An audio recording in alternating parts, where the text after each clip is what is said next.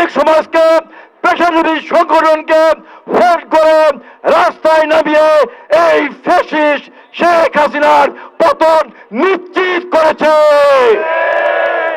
তাই বলতে চাই, আমরা যদি এই জুলাই আগস্টের দাবিদার থাকে একমাত্র তারেক রহমান, অন্য কেউ দাবিদার হতে পারে না। প্রিয় ভাইরা, আজকে এই জুলাই আগস্টকে প্রত্যেক সম্পত্তি বানিয়ে গত এক বছরে নায়েদ, সার্জিদ, হাসনাত, নাসির, আজকে আপনারা হাজার হাজার কোটির মালিক হয়েছেন। আপনারা এক বছর পূর্ব আপনারা বেঁচে থাকতেন, এখন কিভাবে ব্যয়বহুল বাড়িতে থাকেন? আপনারা এক বছর আগে আপনারা পাবলিক বাসে চলতেন, এখন আপনারা কিভাবে 2 কোটি 3 কোটি টাকার গাড়ি ব্যবহার করেন?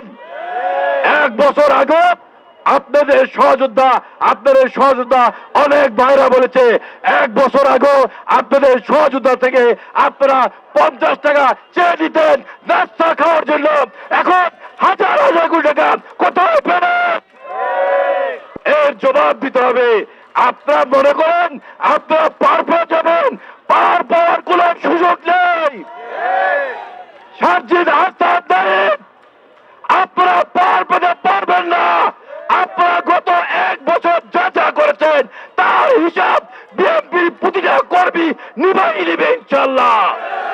দিনের ভোট রাতে দিয়ে সম্পন্ন করেছে, আমরা ভোট চাচ্ছি। বাংলাদেশের মানুষ ভোট দেওয়ার অপেক্ষায় আছে, কিন্তু আপনারা বলেন সংস্কার না করে কোনো ভোট হবে না। আমরা বলতে চাই, আপনাদের অনেক সহযোদ্ধা গত এক বছর উপদেষ্টা ছিল, আপনাদের নিয়ন্ত্রণে সরকার পরিচালিত হয়েছে, তাহলে গত এক বছর সংস্কার করেননি কেন? আপনারা সংস্কার করেছেন যেটা আপনারা আগে বেঁচে থাকতেন, এখন ব্যয়বহুল বাড়িতে থাকেন।